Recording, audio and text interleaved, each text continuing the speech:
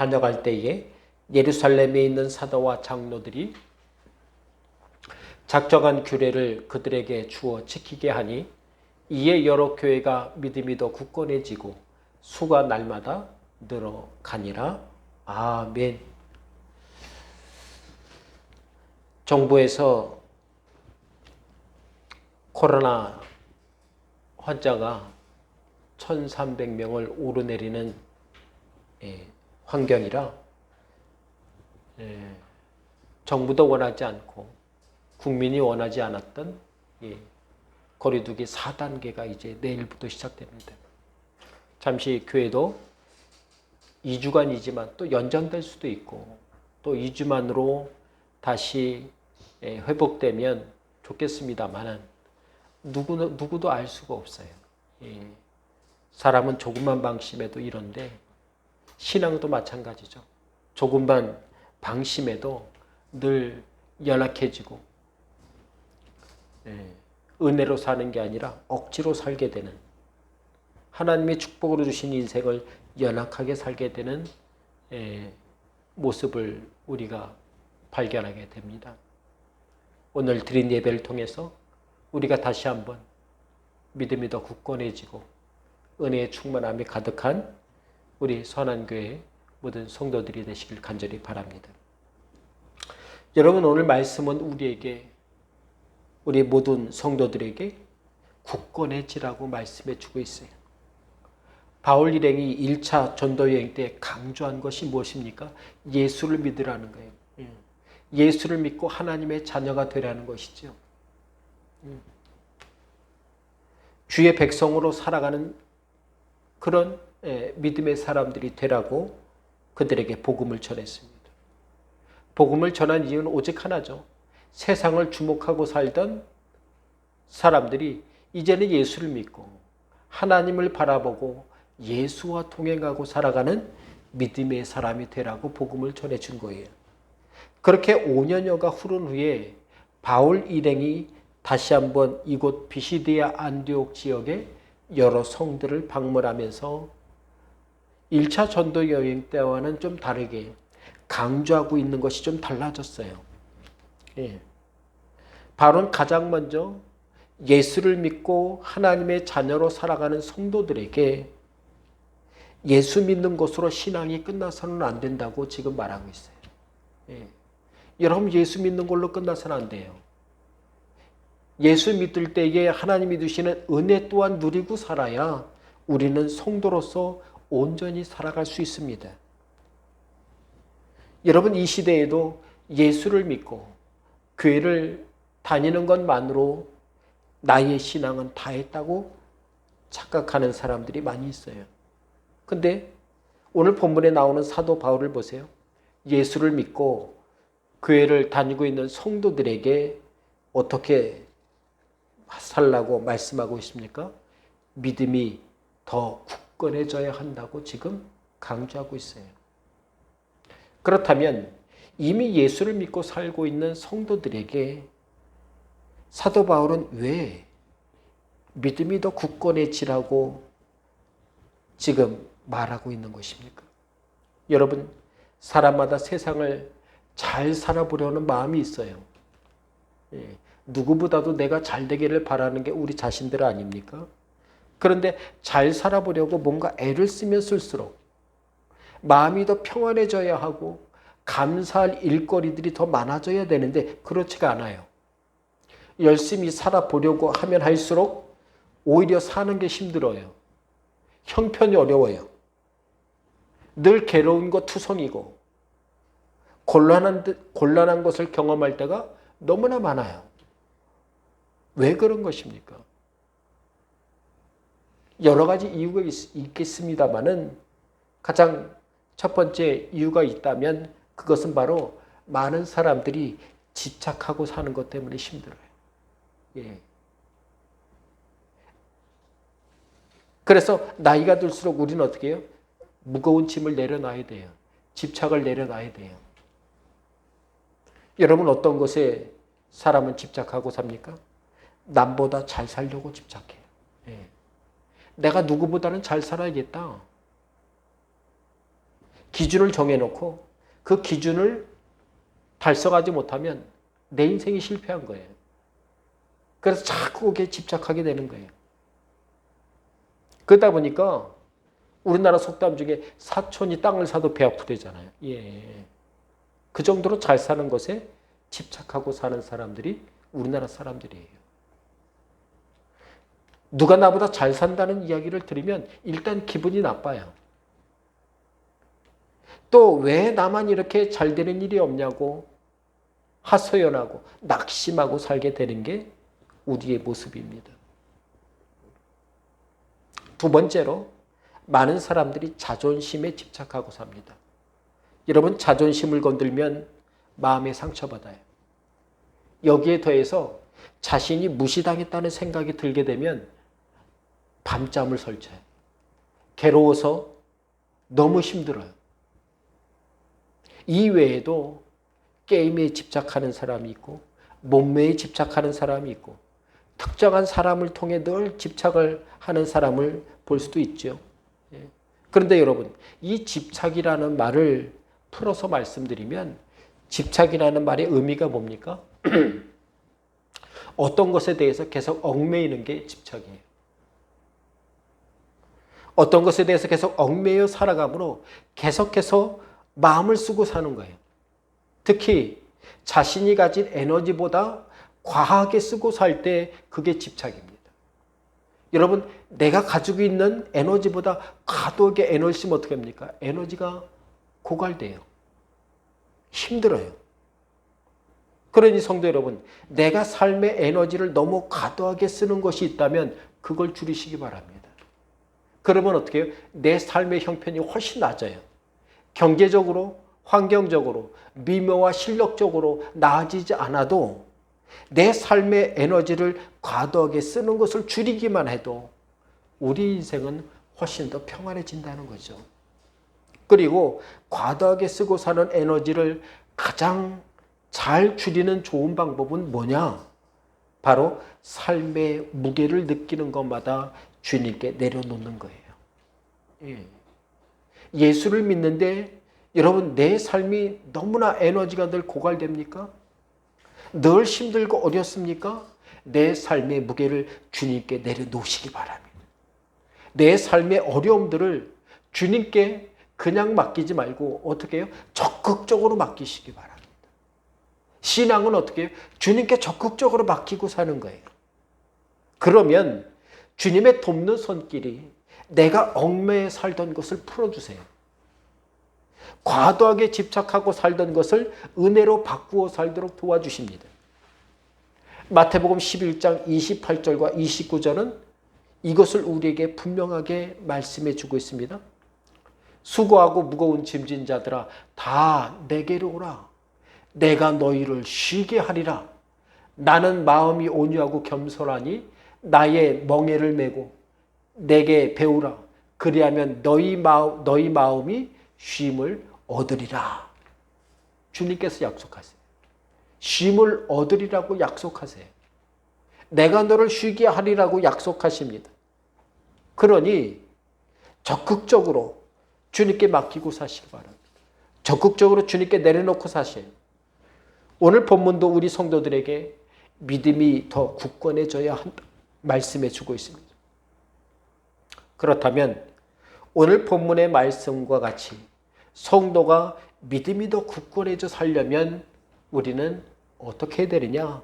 제목 말씀대로 성도는 세상 것을 굳건하게 세우지 말고 믿음을 굳건하게 세워야 돼요.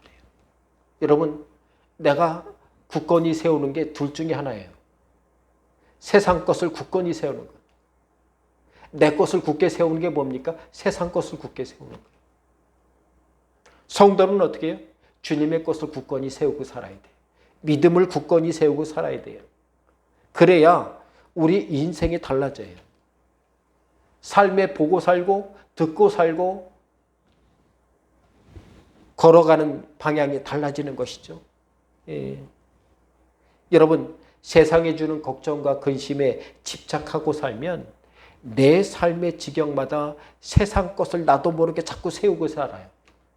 세상께 자꾸 굳건해져요. 그러니 세상 것을 세우고 사는 것을 멈추고 우리 성도들은 믿음을 세우고 살아야 돼요. 은혜를 세우고 살아야 돼요. 내가 쓰고 살고 세우고 사는 것을 그래서 어떻게 해요? 저절로 신앙 가운데 받고 사는 사람들이 되어야 합니다. 세상에 잔뜩 힘주고 살던 마음을 주님께 힘쓰고 사는 사람 되시길 간절히 바랍니다. 고민하는데 잘 쓰고 살던 시간을 하나님의 은혜를 구하는 데 쓰고 사세요. 하나님의 은혜를 구하고 사는데 잘 쓰고 사는 게 성도가 은혜로 사는 방법입니다. 그렇다면 성도가 마음을 주님께 잘 쓰고 사는 것이 왜 그렇게 중요합니까? 여러분, 사람은 마음 쓰고 사는 것에 눈길이 가요.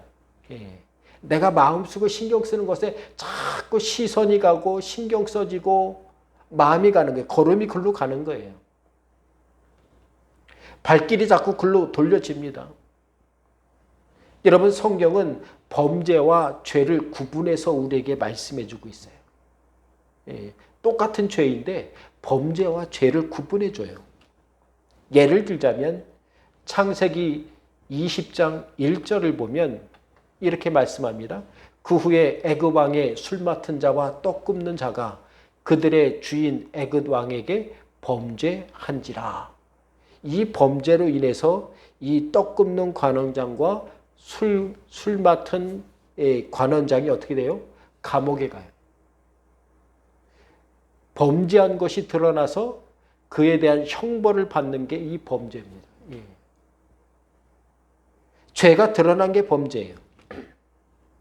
자신이 저지른 죄가 만천하에 드러나는 것이 범죄입니다. 따라서 범죄를 저지른 사람은 그에 마땅한 형벌과 처벌을 받습니다. 그런데 창세기 4장 7절에 보니까 하나님께서 가인에게 이렇게 말씀하십니다. 내가 선을 행하면 어찌 낯을 들지 못하겠느냐? 선을 행하지 아니하면 죄가 문에 엎드려 있느니라. 죄가 너를 원하나 너는 죄를 다스릴지니라. 분명히 가인에게 죄가 있어요. 그래서 하나님께서 어떻게 해요? 3번이나 죄에 대해서 책망하십니다. 그런데 그 죄가 뭔지 우리는 알 수가 없어요. 그것은 눈에 보이지 않는 죄예요. 처벌받지 않는 죄예요. 세상 만천하에 드러난 것이 아니라 하나님만이 알아보실 수 있고 지적할 수 있는 죄예요. 이런 것에 대해서 예수님께서도 말씀하셨죠. 예수님께서도 우리에게 범죄뿐 아니라 죄도 조심하라고 말씀하세요. 마태복음 5장 28절에 뭐라고 말씀하십니까? 나는 너희에게 이르노니 음욕을 품고 여자를 보는 자마다 마음에 이미 간음하였느니라. 여러분, 마음에 품은 음욕은 나 외에 아무도 모릅니다. 남들은 모르는 마음으로 지은 죄예요.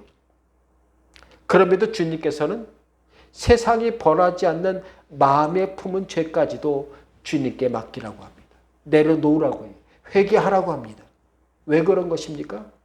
겉으로 드러난 범죄뿐 아니라 마음에 품고 있는 죄들도 내 삶을 망가뜨려요.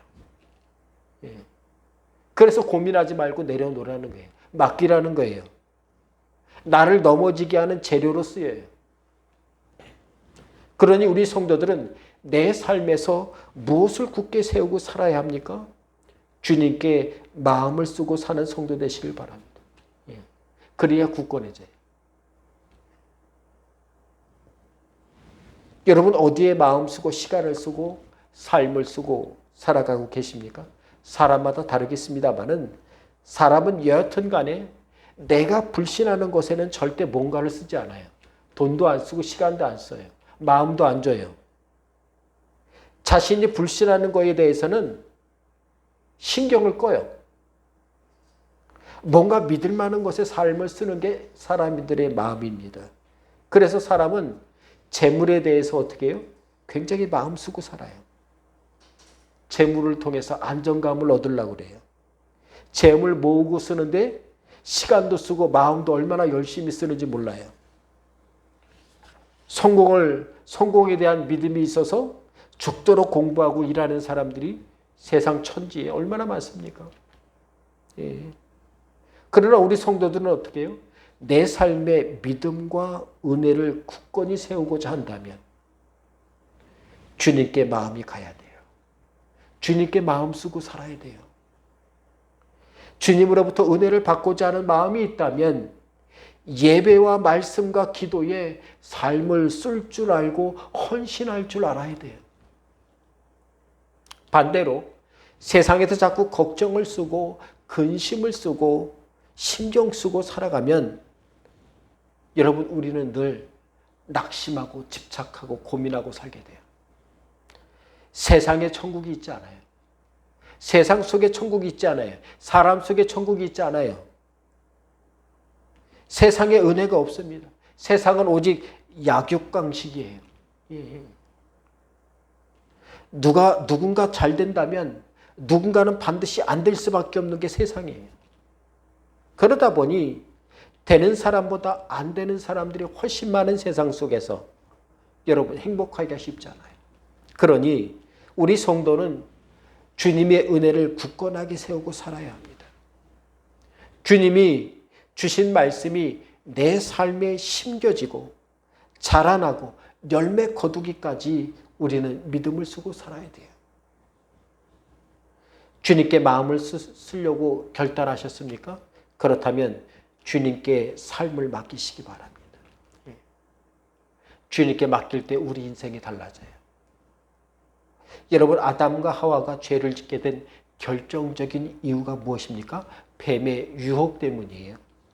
창세기 3장 6절을 보면 여자가 그 나무를 본즉 먹음직도 하고 보암직도 하고 지혜롭게 할 만큼 탐스럽기도 한 나무인지라 여자가 그 열매를 따먹고 자기와 함께 있는 남편에게도 주매 그도 먹은지라 이렇게 말씀합니다. 여러분 유혹은 참 보암직해요. 예. 미혹은 참 달콤해 보여요. 도박은 참 될 것 같아요. 남은 안 돼도 나는 될 것 같아요. 그런데 유혹과 미혹과 도박에 빠지면 어떻게 됩니까? 인생이 망가져요. 인생이 완전히 망가져요. 그러니 보암직한 것들을 조심해요. 우리는 보암직한 것들을 조심해야 돼요. 달콤한 것들을 조심해야 돼요. 지진이 오기 전에 전조 증상이 있다고 하지 않습니까? 마찬가지로 아담과 하와가 동상 가운데 우뚝 솟은 선악을 알게 하는 과실에 대해 하나님께 주의사항을 철저하게 들었음에도 그 들은 말씀을 마음에 굳게 세우고 사는데 실패했어요. 그랬더니 어떻게 해요? 유혹에 빠졌어요. 우리가 예수의 은혜를 굳건히 붙잡고 살아야 될 이유가 여기 있습니다. 믿음이 굳건하지 못하면 유혹에 쉽게 넘어가요. 부실하게 세웠던 그 심령이 죄의 마음이 범죄에 이르도록 어떻게 해요? 예, 온 세상이 범죄하도록 죄의 유전을 온 인류에 아담과 하와가 물려주지 않았습니까? 성도 여러분, 세상에서 제일 불쌍한 사람이 누구입니까? 하나님이 주신 믿음은 없고 죄성만 가지고 평생 사는 사람들. 밖으로 드러나지는 않았어요. 그러나 인간은 누구나 죄성이 있어요. 재판받지 않는 죄성이 있어요. 근데 그 재판받지 않는 이 세상에서 재판받지 않는 범죄는 죄성은 어디에서 심판받습니까? 하늘 가서 심판받아요. 주님이 사방을 통해 주시는 말씀과 은혜를 이리저리 피해 사는 사람이 불쌍한 사람이에요. 사랑하는 성도 여러분, 내게 주시는 하나님의 말씀과 은혜를 그러니 견고하게 세우고 사시기 바랍니다. 주님께 마음 쓰세요. 주님께 자꾸 맡기세요. 그래서 세상 근심에 번아웃되어 살지 말고 믿음에 마음 쓰고 삶을 쓰고 살아가므로 하나님의 굳건한 은혜에 붙들려 살아가는 성도 되시기를 간절히 바랍니다. 두 번째로 이를 위해서 일상에서 주님과 부딪혀 사시길 바랍니다. 여러분, 예배 때만 주님과 부딪혀 살아서는 안 돼요. 일상에서 부딪혀 사는 사람이 진짜 신앙생활 잘하는 거예요. 그게 바로 믿음이 더 굳건해지는 비결이에요. 여러분, 사람은 어떤 사람을 만나느냐에 따라 힘을 얻기도 하고 힘이 빠지기도 해요. 때문에 지금 내가 너무 낙심하고 살기 바쁘다면 내가 지금 부딪혀 사는 것을 좀 바꿀 필요가 있어요. 고칠 필요가 있어요. 여러분 힘듭니까? 방향을 좀만 바꾸세요. 그래도 훨씬 더 힘들어요. 내게 힘이 되고 은혜가 되고 감사가 되는 일을 일부러 부딪혀 사세요. 그러면 내 마음이 어떻게 해요? 평안해져요. 내게 힘이 되지 않고 은혜가 되지 않고 낙심이 되는 것과 자꾸 부딪혀 사니까 인생에 힘이 없어요. 입맛이 없어요. 그러니 성도는 주님과 부딪혀 살기를 사모해야 합니다. 주님과 부딪혀 살기를 자꾸 만들어야 돼요. 다윗을 보세요. 그는 양치는 목동 아닙니까? 목동에게 가장 큰 목표는 뭡니까? 당장 눈앞에 풀이 많은 것을 어떻게 찾을 수 있는가? 이게 목동의 가장 최대의 목표 아닙니까? 실마나 물가와 양을 지킬 수 있는 무기와 힘을 갖는 게 목동에게 무엇보다 중요하지 않겠어요? 그런데 다윗을 보면 다윗은 목동이면서도 제사장보다 하나님을 더 찾아요. 늘 하나님을 찾는 거예요. 목동인데 다른 사람들이 보기엔 너는 과하다. 넌 제사장이 아니고 목동이야. 양을 그만큼 더 생각해야 돼.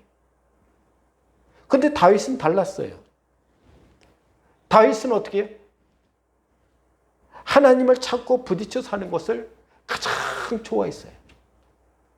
그런데도 목동 일을 잘했어요. 하나님께 자꾸 기도할 일을 만들었어요. 하나님 양 지켜주세요. 사자와 늑대와 곰이 나타날 때에 하나님 저를 이길 힘이 아니라 하나님 저들에게서 지켜주세요. 늘 기도하기 바빴어요.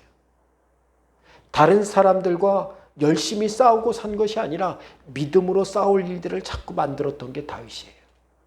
따라서 사무엘 10장 45절에 보니까 골리앗과 싸움하러 갔을 때에 다윗이 뭐라고 고백합니까? 다윗이 블레셋 사람에게 이르되 너는 칼과 창과 단창으로 내게 나오거니와 나는 하나님의 이름으로 내게 나아가노라. 성도는 어떤 사람입니까? 하나님의 이름으로 살아가는 사람들이에요. 하나님의 이름으로 나아가는 사람들이에요. 다윗은 일상 속에서 하나님과 부딪혀 살았어요. 밥 먹듯이 부딪혔어요. 밥 먹는 것보다 더 많이 부딪혔어요. 여러분, 나의 일상은 지금 무엇과 자꾸 부딪혀 살아가고 있습니까? 사람과 싸우며 살지 말고 주님의 은혜와 지혜와 부딪혀 사는 성도 되시기 바랍니다. 걱정과 씨름하고 살지 말고 믿음으로 기도로 씨름하고 사시길 바랍니다. 마음이 상하는 대로 생채기 내며 살지 말고 주님이 인도하시고 회복해 하시는 일상을 믿음으로 부딪혀 사는 성도 되시길 간절히 바랍니다. 여러분, 세상 사람들은 자신이 앞으로 당할 어려움과 사고를 대비해서 보험을 듭니다. 사람들이 얼마나 열심히 대비하고 사는지 보험회사가 망하지 않아요. 네. 전 세계적으로 가장 많이 부흥한 게 이 보험업계예요. 보험의 종류를 살펴보면 제가 아는 것만도 자동차 보험, 건강보험, 여행자 보험으로 시작해서 얼마나 많은지 몰라요. 특히 보험 중에 꽃은 뭡니까? 생명보험이에요. 근데 사실 이 생명보험을 든다고 해서 내 생명이 안전하게 보장되는 건 아니에요. 이 생명보험을 드는 이유는 뭡니까? 이 생명보험은 내가 죽으면 남은 가족을 위한 보험의 성격이 커요. 만약에 내 자신의 생명을 보호할 수 있는 생명보험이 나온다면 가격이 얼마가 됐든 무조건 대박 상품이 될 거예요. 근데 그렇지 않아요.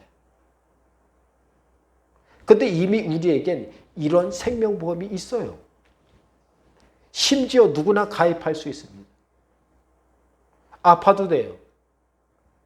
나이와 상관없어요. 돈이 없어도 돼요. 보험료 낼 걱정 안 해도 돼요.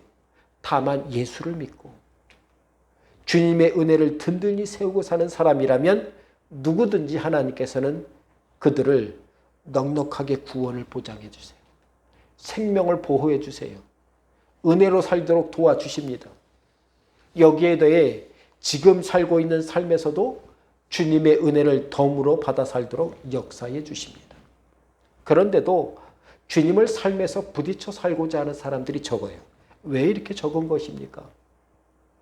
주님과 부딪혀 사는 사람이 적은 것은 뭐예요? 사람이 사람과 잘 부딪혀 살면 어떻게 해요? 사람 복이 있다고 그래요. 예. 야, 참 사람 복이 있다. 예. 복 중에 복이잖아요. 일을 잘하고 살면 일복이 있다고 그래요. 예. 그것도 괜찮아요. 예. 그러나 성도는 믿음과 부딪혀 사는 믿음의 복이 있는 사람이 되어야 합니다. 예. 예수를 믿는데 믿음으로 부딪혀 사는 게 적어요. 믿음의 복이 없는 사람이에요. 하나님의 돕는 손길을 날마다 만나고 살 만큼 하나님의 은혜를 구하고 부딪혀 사는 성도 되시기를 간절히 바랍니다. 오늘 본문에 나오는 비시디아 안디옥의 여러 성에 거주했던 이방인 성도들을 보시기 바랍니다. 그들은 무엇과 열심히 부딪혀 살았습니까? 5년 전에 자신에게 복음을 전하여 준 바울의 말을 받아들여서 5년이 지난 지금도 하나님의 말씀을 귀 기울여 듣고 마음에 담고 자신의 것으로 여길 만큼 주님과 부딪혀 살았어요. 믿음으로 교회와 가정이 굳건해질 만큼 주의 말씀과 은혜에 부딪혀 살았습니다. 심지어 자신뿐 아니라 다른 사람, 다른 가정, 다른 교회에 선한 영향력을 심어줄 만큼 일상에서 주님과 부딪혀 살았어요. 오늘 본문 말씀을 보시기 바랍니다. 이에 여러 교회가 믿음이 더 굳건해지고 수가 날마다 늘어가니라 이렇게 말씀하고 있습니다. 바울이 2차 전도 여행을 나올 때에 이러한 결과가 나오리라 예상을 했겠습니까? 아니요, 예상하지 못했어요. 바울조차도 어떻게 해요? 주님께서 은혜 베푸시는 것을 보고 어떻게 해요? 깜짝 놀랐어요. 하나님께 감사를 쏟아내고 살 수밖에 없는 일을 자꾸 부딪혀 살게 되는 거예요. 바울은 이러한 은혜를 무수히 경험하는 은혜를 누리고 살았습니다. 그렇다면 성도 여러분, 우리도 사도 바울이 부딪혀 살고 만나고 살았던 주님의 돕는 손길과 은혜를 어떻게 하면 만나고 살 수 있습니까? 성도가 주님과 부딪혀 살 수 있는 가장 좋은 방법은 주님께 기도하고 사는 거예요. 기도하고 사세요. 성도가 살면서 만약에 기도 제목이 떨어지고 없다면 그건 문제예요. 성도에게 기도가 떨어질 리가 없어요. 시간이 모자랄 정도로 기도 제목은 눈만 돌려도 사방천지에 가득합니다. 그러니 성도에게 기도 제목이 떨어졌다면 그 신앙에 여러분 문제가 있는 거예요. 반대로 기도 제목이 날마다 풍성합니까? 그래서 하나님과 자꾸 부딪혀 살 일이 생겼습니까? 그거 좋은 일이에요. 감사한 일이에요. 은혜 받을 일이에요. 어떤 분은 목사님 자꾸 믿음으로 살만 하면 자꾸 고난이 와요. 어려움이 생겨요. 그래서 낙심하게 됩니다. 어떻게 하면 좋을까요? 근데 여러분 어려움 때문에 낙심하지 마세요. 근심 때문에 고민하지 마세요. 고난은 하나님이 우리를 기도하라고 부르시는 신호예요. 은혜로 다시 굳건하게 살라는 신호예요. 세상 방법이나 사람이 내는 방법이 아니라 하나님의 방법으로, 하나님의 은혜로 살아갈 여러분 믿음의 기회가 바로 어떻게 해요? 기도하는 거예요. 기도하는 거예요.